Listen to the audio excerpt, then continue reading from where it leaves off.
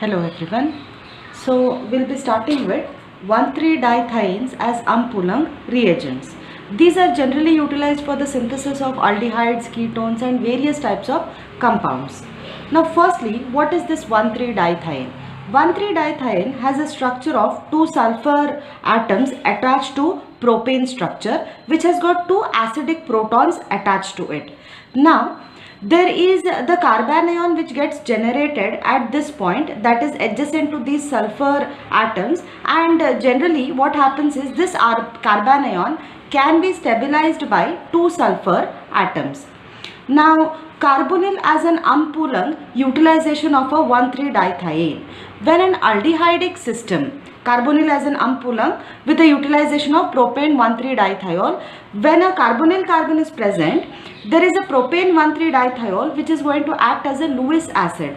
This shall attack the carbonyl carbon system, and there is a acidic proton which is remaining with the system. Now this acidic proton, when it reacts in the presence of a base and butyl lithium in the presence of THF at 40 degrees centigrade, lithium gets introduced.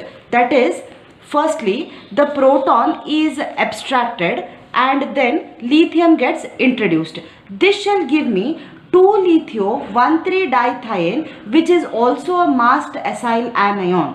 Here the carbon is negatively charged and lithium is electropositive, and such a reagent is also called as Corey-Seebach reagent.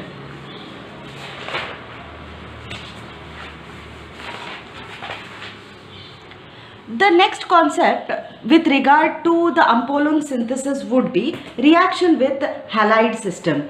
That is, when this Corey-Seebach reagent reacts with an halide, that is, a halide is present where the Cl is going to act as a good leaving group, what will happen is this carbanion will attack this positively charged carbon and this intermediate gets formed. When this is hydrolyzed in the presence of mercury chloride, water and methane nitrile system, the carbonyl carbon gets synthesized with the release of 1,3-propane dithiol system. So this is how my Corey-Seebach synthesis would react with the halide system.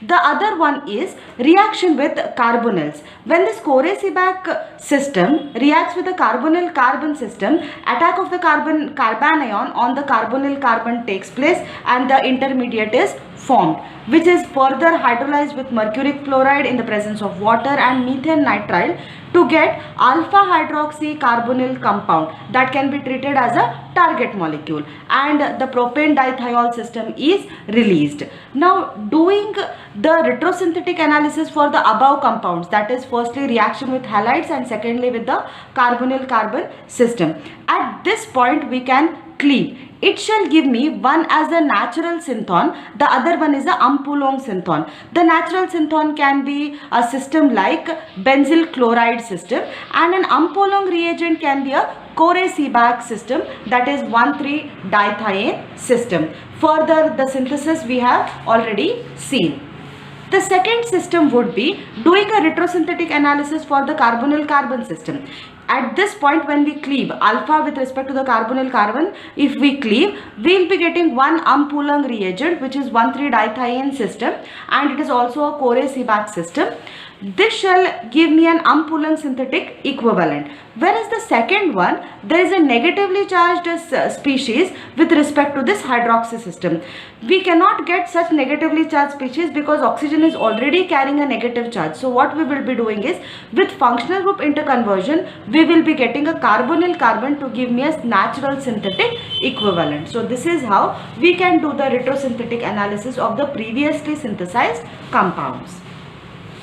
The next type of reaction would be 1,3-dithione reacting with epoxide systems. Now you can observe that there is a Corey-Seebach system, there is a epoxide system which is a masked epoxide system. Now there are two carbons available here. One is a free carbon, the other one is a substituted carbon. This carbanion will always attack the unsubstituted carbon so that it can avoid the hindrance of this benzene ring. In turn, the intermediate is formed. Further, there is a hydrolysis making use of a mercury chloride and water and methane nitrile to give me beta hydroxy carbonyl compound, releasing 1,3-propane thiol system. The above compounds retrosynthetic analysis can be seen something like this. That is, when the target molecule is observed adjacent to the carbonyl carbon 1,2 disconnection can be done. We'll be getting an Ampoulang synthetic equivalent, which is my Corey-Seebach system, and there is a synthetic equivalent which is an epoxide system, whereas when this epoxide system is utilized, there is a system which is added, like it will be cleavage of this epoxide system. Previously we have seen the Ampoulang system as an epoxide systems, and then further it can be utilized in the further synthesis or the previous type of synthesis.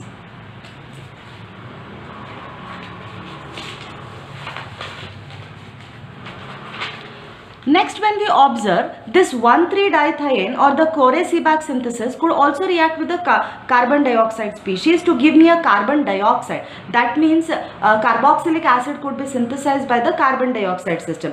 A carbanion generated will attack the positively charged carbon which is present on the carbon dioxide system.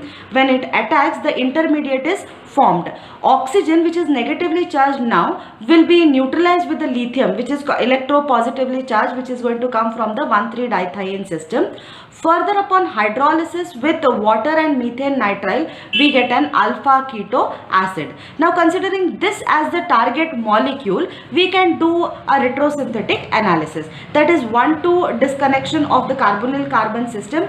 I'll be getting an Ampoulang reagent and a functional group interconversion done to get me a carbon dioxide system. This Ampoulang reagent and the carbon dioxide will allow me to synthesize my target molecule. Lastly, when this 1,3-dithiene system reacts with the nitrile system, attack of the carbanion on the nitrile system to give me an intermediate like this, which is a nitrogen which is carrying a negative charge, further gets neutralized by the presence of a lithium which is positively charged, which I'll be getting from my starting material, that is my Corey-Seebach reagent. This gets neutralized upon hydrolysis in the presence of the heat environment. The nitrogen acts as a leaving group, and then there is a carbonyl carbon. The nitrogen acts as a leaving group and the carbonyl carbon is generated, which upon further hydrolysis in the presence of mercury chloride, water and methane nitrile will be getting our dicarbonyl compound, which is our target molecule.